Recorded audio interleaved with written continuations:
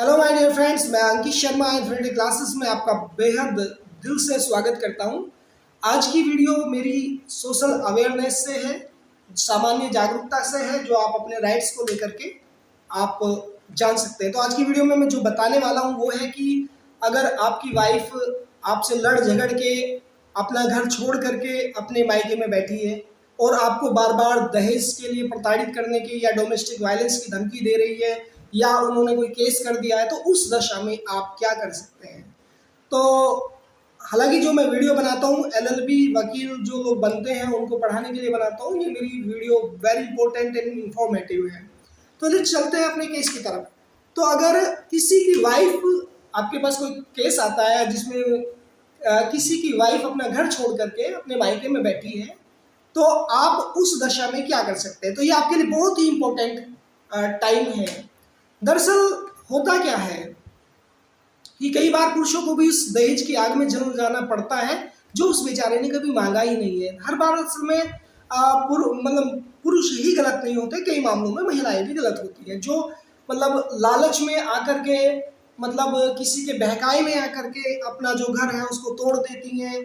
तो अब उस दशा में जो बेचारे पुरुष हैं उनकी पूरी फैमिली तबाह हो जाती है। तो उस दशा में हम क्या कर सकते हैं, तो चलिए आपको बताता हूँ। अगर किसी क्लाइंट की वाइफ जो है अपना घर छोड़ करके मायके में बैठी है, तो ये आपके लिए बहुत ही बेहतर और उपयुक्त समय है कि आप क्या कर सकते हैं। तो हालांकि इसमें जो अगर सिविल कोर्ट में आप कार्यवाही कर रहे हैं तो इसमें होता क्या है कि कई बार एडवोकेट आपको सलाह देते हैं कि आप सेक्शन 9 लगा दीजिए। सेक्शन 9 का मतलब होता है आप लड़की को गलत साबित कर दीजिएगा। तो इसमें बहुत लंबा प्रोसीजर हो जाता है। सेक्शन 9 अगर आप लगाते हैं बड़ा लंबा प्रोसीजर हो जाता है, काफ़ी टाइम लग जाता है। फैमिली कोर्ट में सिविल सूट आप फाइल करते हैं। और समय जो डोमेस्टिक वायलेंस होता है, सेक्शन 12 हिंदू मैरिज एक्ट है। ये जो मैरिज एक्ट है, Hindu marriage act, section 9 section 12, ये हिंदुओं पर नहीं, चाहे वो किसी भी धर्म की महिला हो, सब पर समान रूप से लागू होता है। हाँ, कुछ एक चीज़ें हैं जो मुस्लिम लॉ में अलग हैं, कुछ एक चीज़ें, ठीक है। तो अब करना क्या होता है, इससे बचे कैसे। देखिए, आपको जो आर्टिकल 32 है उससे आपको रिट डालने की जो राइट्स हैं वो आपको मिला है ना। आर्टिकल 32 226 के अनुसार आप हाई कोर्ट में सीधे रिट डाल सकते हैं। तो रिट कौन सी डालनी है और किसके अगेंस्ट डालनी है, तो जो रिट आप डालेंगे वो होगी habeas corpus writ. Habeas corpus writ का मतलब होता है दोस्तों बंदी प्रत्यक्षीकरण रिट।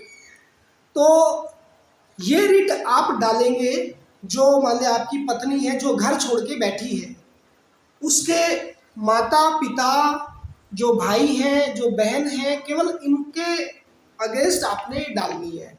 बंदी प्रत्यक्षीकरण का मतलब होता है कि आपकी जो पत्नी है उसको उसके जो मायके वालों ने मतलब बंद करके रखा है, बंदी बना के रखा है, ये इसका मतलब होता है। तो अब इसमें होगा क्या, जो हाई कोर्ट है, हाई कोर्ट क्या करेगा कि एक समन भेजेगा कि आप प्रस्तुत होइए। अगर वो प्रस्तुत नहीं होते हैं, कोऑपरेट नहीं करते हैं, तो हाई कोर्ट से सर्च वारंट जाएगा। सर्च वारंट में भी अगर आपकी पत्नी या उसके घर वाले हाई कोर्ट में पेश नहीं होते हैं तो फिर अरेस्ट वारंट जारी हो जाएगा। उसके बाद वे आते हैं हाई कोर्ट में। अगर बात ये कब करना है आपको, जब आपको लगता है कि अब आपकी और आपकी वाइफ की बात बनेगी ही नहीं, अब आपको साथ में रहना ही नहीं है, अब साथ में रह ही नहीं सकते, ये तब आपको करना है, ठीक है। तो वो हाई कोर्ट में आएगी। हाई कोर्ट में मानेंगे न्यायाधीश महोदय, उनसे पूछेंगे कि बताइए क्या मामला है। तो स्वाभाविक सी बात है, जो आपकी पत्नी है ये तो कहेगी ही नहीं कि मैं अपने पति के साथ रहना चाहती हूँ, क्योंकि ये सारी चीज़ें सिविल कोर्ट, लोअर कोर्ट या थाने तक की चलती हैं। देखिए, थाना और जो हाई कोर्ट है उसमें बहुत ज़्यादा फर्क होता है, बहुत ज़्यादा डिफरेंस होता है, ठीक है। क्योंकि थाने में झूठ सच आपका चल जाता है, लेकिन हाई कोर्ट में भाई बिल्कुल भी नहीं चलेगा। हाई कोर्ट में आपने पॉइंट टू पॉइंट बात करनी है, ठीक है।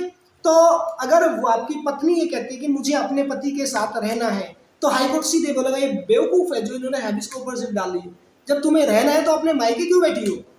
तो इसका मतलब स्वाभाविक सी बात है। तो हाई कोर्ट से अगर वो ये बयान दे देती है कि मैंने अपने पति के साथ में रहना है, तो वो इतना कहते ही अपने माता पिता भाई बहन जिनके अगेंस्ट वो हैबिस कॉर्पस रिट डाली गई है उनको फंसा देगी, वो सारे जेल चले जाएंगे बंदी प्रत्यक्षीकरण में। तो स्वाभाविक सी बात है वो मना करेगी कि मैंने अब आपके साथ नहीं रहना। नहीं रहने का मतलब तो फिर हाईकोर्ट का जब नहीं रहना तो भाई कोई बात नहीं, अब इनको जो 13A है यानी कि जो वन साइडेड तलाक है उसका मुकदमा आप जो है सिविल कोर्ट में डाल सकते हैं। अब आप बात करेंगे दोस्तों जो 498A है, 498A ये होता है कि जो दहेज के लिए जो मुकदमा डाला जाता है कि मतलब हमने इतना दहेज, इन्होंने दहेज की मांग की, ये है वो है, तो ये सारी चीज़ें। तो दोस्तों होता क्या है कि अब वो स्वाभाविक सी बात है, अब आएंगे अपने जो लोकल पुलिस स्टेशन में वो FIR भी करेंगे, कंप्लेन भी करेंगे। अब इसमें आपको बिल्कुल भी मेरे भाई मेरे दोस्तों डरने की जरूरत नहीं है। हो सकता है आपकी किसी की भी, क्योंकि देखो देश में 130 करोड़ की जनसंख्या में मात्र 30 करोड़ मान लीजिए कि जो सुखी है, जो डोमेस्टिक वायलेंस का शिकार जो परिवार नहीं है, बाकी तो 100 करोड़ लगभग परेशानी है। मैं देखता हूँ कोर्ट में कचहरी में, मतलब बेचारे छोटे छोटे से बच्चे हैं वो कोर्ट की सीढ़ियों पे बैठे रहते हैं, बड़ा दर्दनाक वो रहस्य होता है। तो अब उसमें करना क्या है, उन्होंने एप्लीकेशन डाल दी, ठीक है कि 498A अपोज करा, मतलब आपके अगेंस्ट डाल दी, तो आपको डरना बिल्कुल नहीं है। 498 में तुरंत गिरफ्तारी नहीं होती, अगर आती है तो कोर्ट जो हाई कोर्ट में हैबिस कॉर्पस रिट आपने डाली थी उसमें जो बयान होंगे लड़की के, जो जजमेंट होगा उसकी सर्टिफाइड कॉपी आपने निकलवा लेनी है, ठीक है। जब वो सर्टिफाइड कॉपी निकलवा लेनी है, अगर पुलिस आपके दरवाजे पे आती है, देखिए ये आप उसको दिखा देंगे कि भैया देखो ये है हाई कोर्ट का दिया हुआ लेटर, ठीक है, और इसमें ये हमारी जो वाइफ है इसने बयान दिया है, ठीक है, तो आप हमें अरेस्ट नहीं कर सकते। तो ये तो है 498A से बचने का एक तरीका, ठीक है। हालांकि कुछ लोग जैसे वेस्ट यूपी है या दूर के हैं, मतलब जो हाई कोर्ट दूर पड़ता है तो वहाँ पर नहीं जा सकते, तो वो सेक्शन 9 लगा देते हैं, भाई लड़की को गलत साबित कर दो। सेक्शन 12 लगा लेते हैं कि भाई घरेलू हिंसा का मुकदमा दायर कर दो। तो ये चीज़ें में लंबा प्रोसीजर है, हालांकि यहाँ पे भी ठीक है। अब एक कंडीशन और बता दूं कि फर्ज करो आपके सामने जो आपकी वाइफ है उसने डाल दिया भरण पोषण के लिए, CRPC 125 का वाद डाल दिया कि मुझे भरण पोषण चाहिए।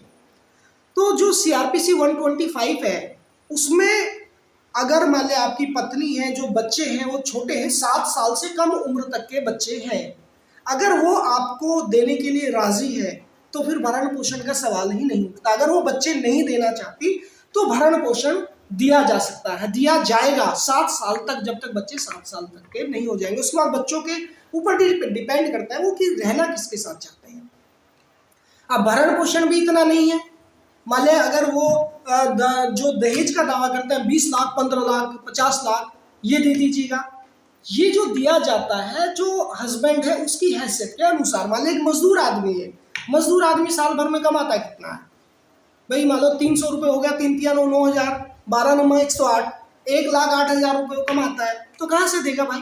तो उसमें ये होगा कि उसकी क्षमता के अनुसार, कैपेसिटी के अकॉर्डिंगली, मान लें 2,000 2,500 3,000 रुपये जो गुजारा भत्ता है वो बांध दिया जाता है। अब ये 7 साल तक लगा लो, मान लिया 2,000 का बंद आ गया, 3,000 का आ गया, तो 12 3 36,000, 36,000 गुणा 7 साल कितना कर दिया, तो कुछ ज़्यादा नहीं होता, वो ज़्यादा हो जाता है, चूंकि वहाँ पे 498 भी वो लेगी आपसे, फिर गुजारा भत्ता भी वो लेगी आपसे। लेकिन हाईकोर्ट का रास्ता पकड़ने पर जो है यहाँ पर आपको केवल गुजारा भत्ता जो है बच्चों को देना पड़ सकता है, और पढ़ना भी चाहिए। देखो आपके बच्चे अगर आपको मिल जाए तो बेहतर बात है, इसमें कोई परेशानी वाली बात है नहीं।